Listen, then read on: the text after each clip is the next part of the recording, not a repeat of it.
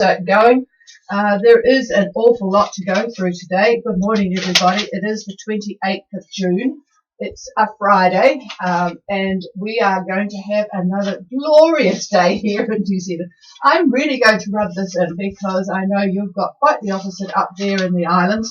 But yesterday I came home from the gym and David was sitting outside, admittedly in a place that was very sheltered from anything from the south, but he had his shirt off and he was sunbathing. That's what this lovely big fat high is doing for us, and it's the same again today. Not at the moment he wouldn't be out there.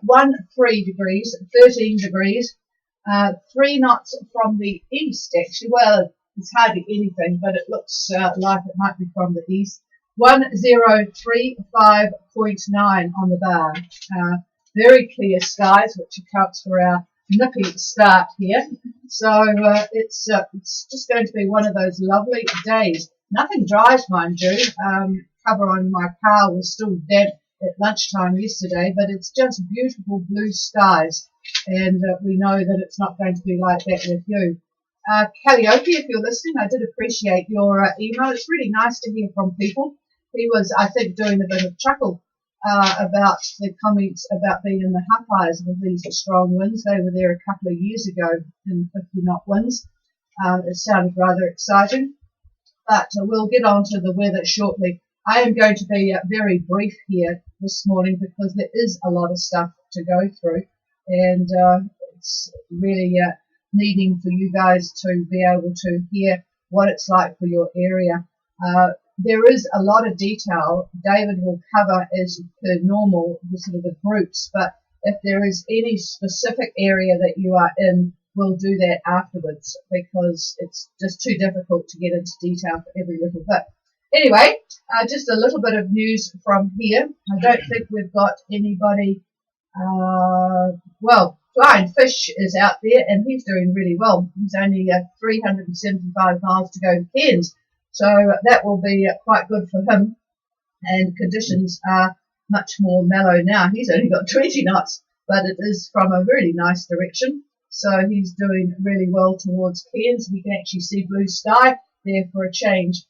Talking about Queensland, Dunk Island, for you guys that know Queensland, north coast there, it's on the market. If you want, and you have $20 million to spare, you can buy the destroyed resort for 160 rooms. It was destroyed in Cyclone Yasi in 2011, and it was just left to ruin. Quite a few islands actually in that area who had buildings on them have been locked off since Yasi and are available for sale. Some have actually been bought and developed, and a few of them are about to open. One owned by the Chinese now. See, they're everywhere. I can't remember whether that's at Keppel or Great Keppel or Pitchbrook or wherever, but that's about to reopen. There's quite a few islands for sale. Kalafishi Island, according to Whistler there in the Hawkeyes, is for sale, and that's a much better deal, US $6 million. So I think I'd rather have Kalafishi than Dunk Island at 20 million Australian. But anyway, you can certainly have a good choice if you want to buy an island. There isn't actually very much news coming in because Europe is absolutely sweltering. And it's interesting. I wonder if anyone's done any statistics on how the weather relates to anything else that's going on, because there is absolutely nothing else going on. They are sweltering. Germany, Poland, Czech Republic have all recorded their highest temperatures in June. That was yesterday. The heat is coming from northern Africa, as per usual, but it's going to intensify today and tomorrow. In Spain, they are expecting 45 degrees on their Friday, which is coming up. Catalonia at the moment has huge fire blazing. It's just really hot. Northern Italy is in the 40-degree mark. It's just amazing temperatures right through. So you really have to enjoy really hot weather and not be working outside, I guess. Japan is getting concerned that the UK will have a no Brexit deal. It turns out that there are 1,000 Japanese companies in the UK area, so they're going to be significantly affected. Talking about Japan, the world leaders are in fact arriving in Japan at the moment for the G20 summit. Lots of very important meetings have been set up, particularly relating to tariffs that have been imposed either by the USA or one of their trading partners, particularly China and India. So there's an awful lot going on there financially, which I suppose we will suffer or get rewarded by the benefits at some stage in the future. I wonder whether it's a good moment now there was a question coming in, and I really must make sure I leave time for this question. It relates to winding. So I'm just going to pass the microphone now. It relates to the interpretation of the swell information. Okay, yes, we got an email. A lot of people are using Windy, and they have got a number of categories for waves, swell and wind waves, and it's a little bit confusing. So I went and tried to find out exactly what their definitions were. So if you're looking at Windy and you pull down on the side, you've got a variety of choices. One is called waves, one is swell 1, swell 2, and swell 3. So by their definition, waves are the total height of the combination of wind and long or short distance swell. So it's the biggest out there. It's the combination of all of that. So it's a significant wave height of all of the wave types. Again, wind driven, wave, and swell, which comes from rather long distances. So that would be the first one that you would go to if you want to see how bad everything is. So if you want a little bit more detail, you go to swell 1. That represents wind generated waves that have just traveled over a very long distance. Pretty basic. Swell 2 is a secondary swell that's also been generated from a long distance, but a different location from that of swell 1. It has a different swell height and a different direction and a different period from swell 1. So that's swell 2. Swell 3, the last one, is another secondary swell, and that's from an altogether different direction as well. A different direction from swell 1 or 2. So if that makes any sense, swell 1 as an example could be coming from the Tasman. Swell 2 could be coming from south of French Polynesia. Swell 3 could be coming from, say, the Coral Sea. All of them combined to make one large wave that you would encounter is the waves. So that's the story on Windy. That's how they define it, and that's how I guess you would interpret what you pull down. So there you go. All right, and I actually should give you, there's just some reports coming in, and I know these will be of interest to people. Valak, who is still at sea there, at 18 south and 17943 west, are getting 22 to 27 knots of wind from the southeast, 2 metres southeast seas, and 80% they left from Minerva. And probably when they hear the report from Minerva later on, they will be quite pleased that they left, but and will be quite happy that they're putting up with somewhat sporty conditions. Let's have a look. Whistler are at Vavau, 10 to 15 southeast, 50% cloud cover. Still quite peaceful in Fiji.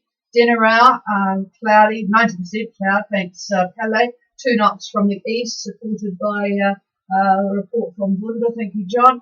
Y2K is in Port Vila, where they have heavy rain.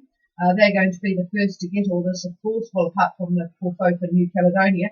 25 gusting 30. 25 gusting 30, south-southeast, bar of 1014.8. So, yep, certainly the whole Vanuatu chain is in the midst of it at the moment.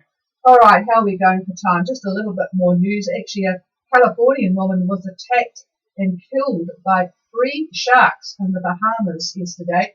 The witnesses actually saw these sharks making a beeline for her and attacked her, and certainly did a number there. So that was interesting. I haven't heard of a 3 shark attack before. No. So anyway, well, here in New Zealand, for the Kiwis who have a remote interest in what's happening in our government, Prime Minister Ardern has had a big shake-up of cabinet. The housing portfolio has been removed from Mr. Twyford. That's about bloody time. You're not allowed to swear.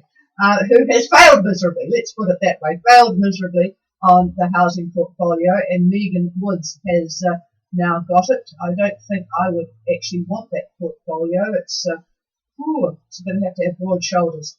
Anyway, what else? Oh, a Caravaggio painting. These are for the art lovers. This was found in an attic in Toulouse, France, and it's been sold for 150 million euros. Wouldn't that be nice to find a painting in your attic? It was probably hard to even see what it was before they cleaned it up, but 150 euros was actually a good reward for having a bit of a clean-up, wasn't it?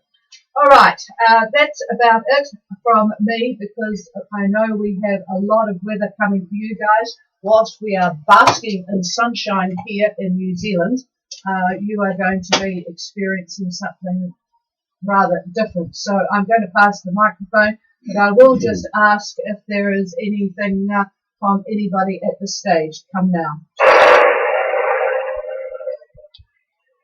And we will, of course, be here for questions after the net, and we are here over the weekend. If we're not outside sunbathing, we will be able to respond to any questions on the email ghradio@extra.co.nz, and for the strange people, that is XTRA. And I'm hoping that we will have internet in the weekend, because today is a very big day for Gold Harbour Radio. We are changing our internet suppliers, and we are getting a new VDSL modem to replace our old ADSL. If anyone knows what the difference is going to be, you're one step ahead of me. But anyway, theoretically it's meant to be better, more stable, faster, etc. And so we are going to be doing that once we finish the net today. So I'm hoping that all will go well, and I won't be tearing my hair out for the rest of the day. Okay, thank you for that, and here's David. Well, if you don't hear from us ever again, you'll know what happened. Oh boy, I can't believe we're doing this, but it's a necessity. Anyway, good morning. And here we are with another weekend coming up, and some weekend it will be weather-wise. So we'll get right to the big picture, which is pretty much as we forecast yesterday. Our big fat high is nearly over New Zealand, not quite, nearly so. Central pressure 1042, 1042. It's not only strong, but as we said yesterday, it takes over pretty much the entire Southwest Pacific. Now, the polar dip that we discussed yesterday and the day before, I suppose, is in fact happening, with cyclonic winds centered pretty much near 27 south and 170 east, 27 and 170. Now there are 6 troughs, I counted them this morning, 6 troughs associated with this particular feature. But moreover, its presence is creating a squash zone to its south. The isobars are being compressed, thus the pressure gradient is rather steep. And, well, there's just simply a lot of wind, folks, between New Zealand and the islands. And the seas are forecast to certainly increase because of this. We're looking at projections of up to 6 meters by Saturday morning. This is between New Zealand and the islands, 6 meters. That's a small area, that particular 6 meters. So in general, I would say we'd be looking at about 5 meters, but those are big waves. We really hope that no yachts are in that area now. We've got a few that are underway, but they're pretty well north, which is fortunate for them. Now, the culprit of all of this is a very sharp shortwave trough at 500 millibar. Now, the trough closes off on Saturday morning. It becomes essentially an upper level low, and it sits just to the south of New Caledonia, and it produces a depression on the surface. Now, the low is going to be north of 22 south, so we get to call it a weak tropical depression. Now, by Sunday, the upper low at 500 millibar that drifts east, and it's going to lie pretty much over Anishu. And that particular shortwave continues to drift east, and it opens up. So instead of being closed, it opens up, so it looks more or less like an upside down U. But Fiji and Tonga are going to lie just to the east of the axis of this U, if you will, and that happens to be the maximum upflow area. So the short of all this is the islands are in for some pretty active weather. Now, looking at this tropical depression location for today, a little bit later today, the best estimates are 23 and 170, 23 south and 170 east, so 23, 170. Now, by Sunday, the center is going to move just to the south of New Cal's outer reef, I think. That'll put it at 23 and 166, 23 south, 166 east. Now, what happens between today through Monday is really a function of the 500 millibar shortwave that I just talked about.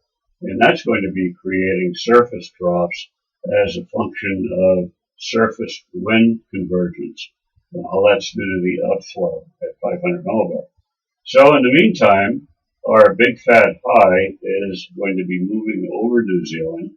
And by lunch on Sunday, the center is going to lie just east of East Cape. Still pretty strong. We're looking at 1038 millibar, 1038. And our tropical depression looks to remain pretty much over New Caledonia at that point in time. Now, projections are indicating a tropical disturbance popping up just a wee bit west of Samoa, and you'll see why in a minute.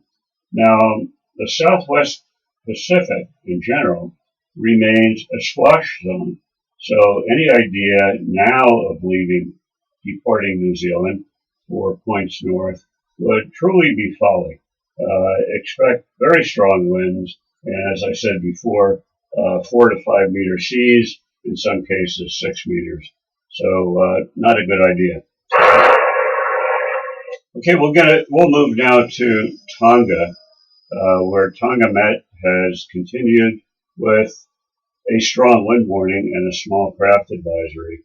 So according to them, expect east to southeast winds 15 to 20, rising 25 for today and tomorrow. Also expect cloudy periods with scattered showers. Now, the actual conditions this morning, these are the Met-Tars airport reports. Vavelle, light and variable, 7 knots. They had scattered cloud and the barometer 1014. The Hapai, southeast 15, scattered broken, and the barometer 1015. And Tonga Tapu was southeast at 9, scattered cloud 1018 on the bar. Now that's a 4 millibar gradient, so that's quite a bit for the tropics. So expect it to be quite windy today. I'd say a good 25 knots. Saturday, 25 in areas of 30 knots. Sunday, I think we'll be looking at 25 to 30 easterlies, and there'll be a steady 30 knots, I think, by Sunday, late Sunday. Now, watch out for Monday. East-southeast winds, roughly east-southeast winds, 35 to 40. 35 to 40. Expect, of course, trough conditions late Sunday into Monday. So you're going to be looking at rain, squalls, possible thunderstorms. The heaviest downfalls look to be the Hapais and the Vavau area, more so than Tongatapu. The main bands, rain bands and so forth, and the cyclonic winds that are going to be over the group look to move north on Tuesday. Now, when I mentioned that little tropical disturbance west of Samoa, that's pretty much the area that all of this is going to move to. You can call in on the radio for more wind details if you need it. But that's the general idea of what's going to happen for Tonga. Now, over to Fiji now, where Fiji Met has issued a strong wind warning for all Fiji waters. And all of this is due to the big fat high over New Zealand, plus the squash zone that's over the cruising routes. So expect easterlies 20 to 25, tomorrow 20 to 30. And that will bring very rough seas, rough to very rough, they call it. And of course, poor visibility in rain as the trough approaches today into Saturday. A few actuals early this morning. Savu Savu was southeast 12, scattered cloud, barometer 1012. Nandi was light and variable at the airport. Scattered cloud, barometer 1012. Nassori, near Suva there, southeast 5, scattered cloud, barometer 1014. Now the radar loop shows scattered showers pretty much over eastern Vanua Levu, Taveuni, eastern Viti Levu, all down through the Kendavu Pass. I could see showers. So expect trough conditions Saturday and Sunday for the group. And I do see cyclonic flow pretty much over most of Fiji by midnight on Saturday. Early Sunday, I'm looking at northeast winds for the eastern half of the group. The strongest winds are going to be in the southern Lao, 35 to 40 knots, and about the same for the area around Kendavu. The Osawas are northwest 20 to 25, but wind shifts are going to be near Muscat Cove. Quite a bit of wind shift activity there, anywhere from easterlies to southeasterlies to northwesterlies. It's really going to be hard to call because of the cyclonic rotation. The winds overall ease on Monday as the system moves onward to Tonga.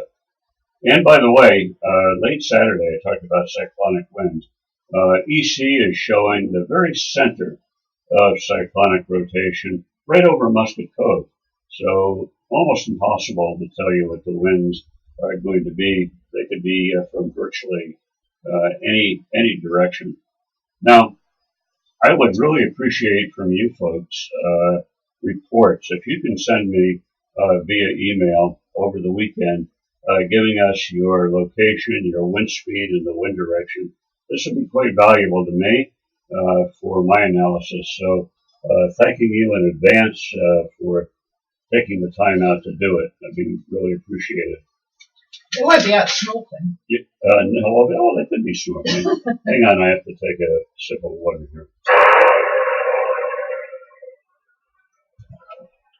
All right, so looking at Vanuatu, where it's not good news there, we're seeing trough conditions on satellite imagery and the reports that we've gotten. Things are not red hot there for Vanuatu. So expect rain and showers over the group, heavy falls over the northern and the central islands. Rain is also forecast for Luganville, Port Vila, and Lenikai today. In fact, the reports we've gotten indicate that's exactly the case. Showers for these areas tomorrow, a little bit lighter, it appears, tomorrow. So expect east to southeast winds today 20 to 25 knots. Rough seas, about 2.5 meters out in the open water. I see a wind shift Saturday into Sunday.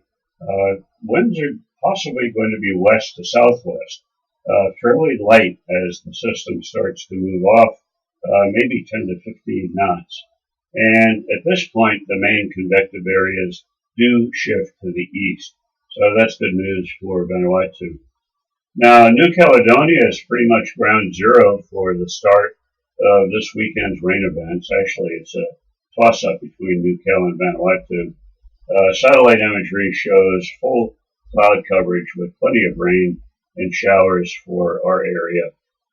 In the southern lagoon, you could expect southeast winds 15 to 20, gusts up to 30, and plenty of rain for you to fill up the old water tanks. A bit of an ease regarding the winds by midnight. We'll call it east-southeast about 15. There'll be higher gusts, but that's the general wind, the mean wind, if you will. Tomorrow, southerlies 15 to 20 with showers. And Sunday, a big shift, a big wind shift, west-northwest to northwest, about 15 to 20. Partly cloudy, isolated showers as well. Monday, another shift. Looks like now to the northeast winds on Monday. Fairly light air, I think, 10 to 15, and hopefully giving you these wind directions, you can visualize the cyclonic rotation over New Caledonia. Actual conditions now at 5 a.m. this morning, the outer reef, southeast, 30 knots. Ile de Pan, southeast, 22 knots. And Noumea was reporting southeast 27 knots. And earlier reports for Noumea, 33 to 35 knots. Now, barometer there, if you want to check, 1016. Now, lastly, we'll go to Minerva Reef. By lunch, you could expect 20 knots in that range, 20 knots from the east to east-southeast. Tomorrow, easterlies 25, gusts to 35. Sunday, much the same, east to possibly east-northeast, 25, gusts 35. On Monday, you're not liking this, I'm sure. Monday, east, 25, gust 30. And much the same Tuesday and Wednesday, I'm afraid to tell you this. So winds are slowly going to ease toward the weekend, mostly easterlies. So a long haul for you Minervans. In my view, though, you're actually safer at anchor rather than trying to make your break to the islands at this point. A run to Tonga, in our opinion, might not be a good idea. Those yachts that did leave are north of 20, and they'll make it just fine. But leaving now, not a good idea. So that's pretty much it as I see it for today and through the weekend. So any questions come now, and as Patricia said, if you've got any worries, give us an email over the weekend, and we'll see what we can find out for you. So come now with questions. Here's the chief. Nothing heard at the moment. Just a comment on New Caledonia. There is really poor visibility there if you have to move around.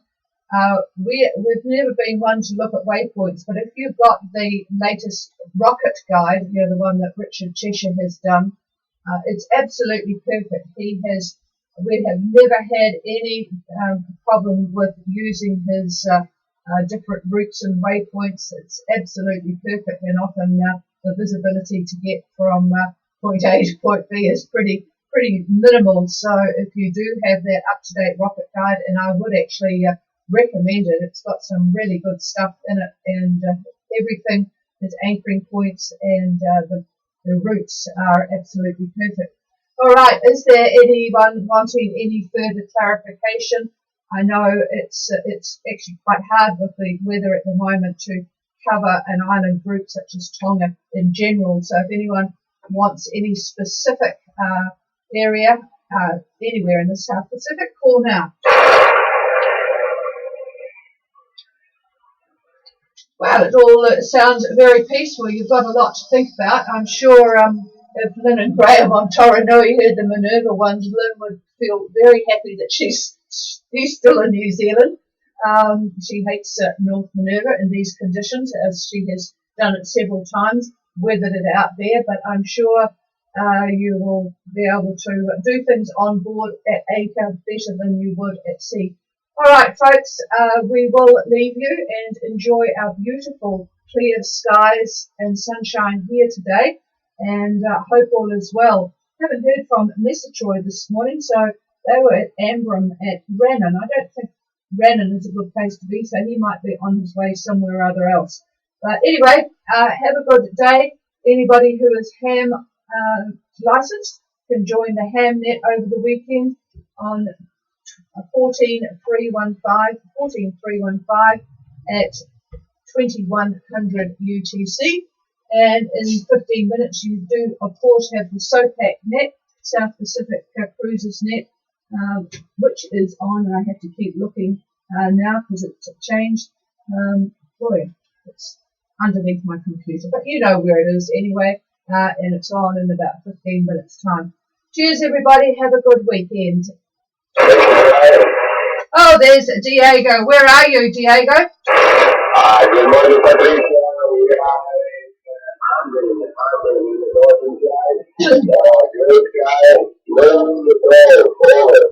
Yeah, well, good and protected there, so hopefully the wind will stay in the right direction. I was just a bit worried about it turning. The trouble with some of these places is that the wind, if it gets really strong, it sort of curves around and over, and it sort of gets a bit confusing. So that's good. Certainly Y2K have got a lot of rain coming down in Port Vila. So, well, hopefully you've got plenty to do on board. Over.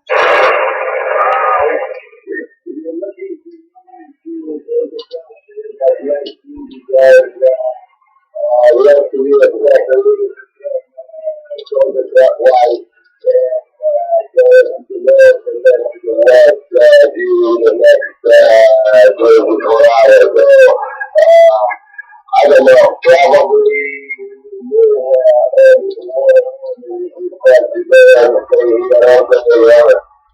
yeah, roger that. All right, well, keep an eye on it. So, yeah, early morning's quite a good time to make a move, isn't it? All right, well, stay safe. It's a really, I keep forgetting to look at the actual date of the Return to the Roots festival at Ambrym, which is probably the best choice of any festival in Vanuatu. Let's have a look at what that date is. Anyway, good morning to you both, and just if you need anything further, but you're on. It's amazing. When we were last in Vanuatu, we didn't have hardly any internet coverage, but you'll have plenty there. Cheers, Diego. Thank you, Patricia. Good to see you, and well,